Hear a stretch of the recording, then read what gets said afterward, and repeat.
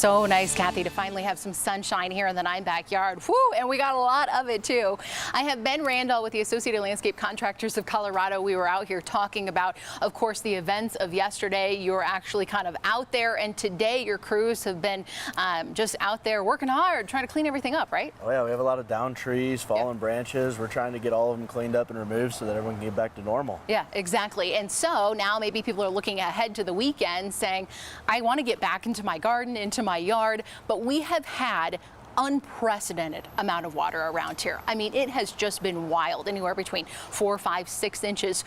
What do we do? What should we be considering when we're starting to think about our landscaping? The rain has been a key factor in how our landscapes look this year. It's actually been great for them. All the plants are healthy. It's green, that's the for turf sure. is happy. Yeah. Everything is doing really good.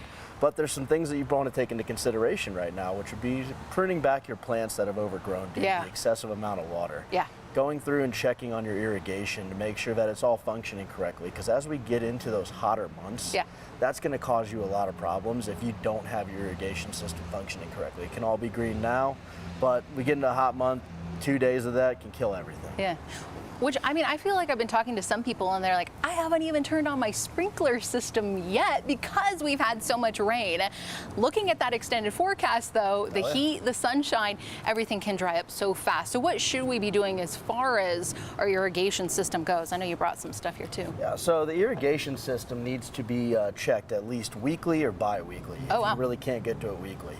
During the hot months, you can lose whole sections of grass, whole plants in 2 to 3 days with not getting water. Oh yeah. Wow. It can happen quickly if we're getting those 95, 100-degree days. Yep. Other things you want to be doing is making sure that we are doing cycle and soak on your controllers in order to make sure that the water is actually getting down to the plants. We have that very thick clay soil here, and water just glides right over the top of it. So using small intervals can help out a lot with getting that water down to the roots of the grass. All right, you brought some things with you today. Talk about what you brought.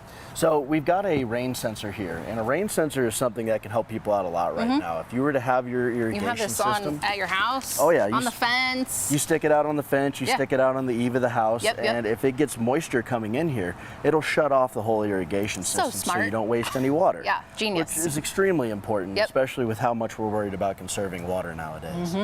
Other things to be focusing on with your irrigation system is looking for efficiency upgrades.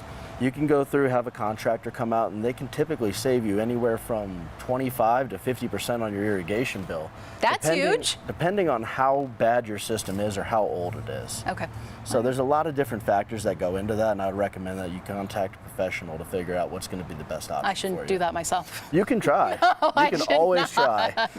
Awesome. Well, thank you so much for coming down and for giving us some kind of tips and tricks. It has been so soggy. And you know, sometimes, are we seeing any like specific diseases in plants, the lawns, because we've had so much water? We are starting to see more molds and funguses come in. Okay. A big one that's coming around right now is slime mold. Slime what? Slime mold. Slime mold. Okay, lovely. And slime mold appears on your grass. It's kind of a pinkish color. Sometimes it can be a darker green color. Okay. But it just looks like essentially a spot of vomit that a dog might have thrown up. Awful. Yeah, it's not appealing at all. Yeah. And this can be treated with fungicides. Okay. But I would definitely contact a professional for that kind of stuff because they can be hazardous to you if you mess up on the application. Definitely. Okay, well, something to think about, especially this weekend with the nicer weather as we're trying to get back into the front yards, the backyards, and getting our hands dirty and getting our landscaping looking lovely. Absolutely. Awesome. Thank you so much. Thank you.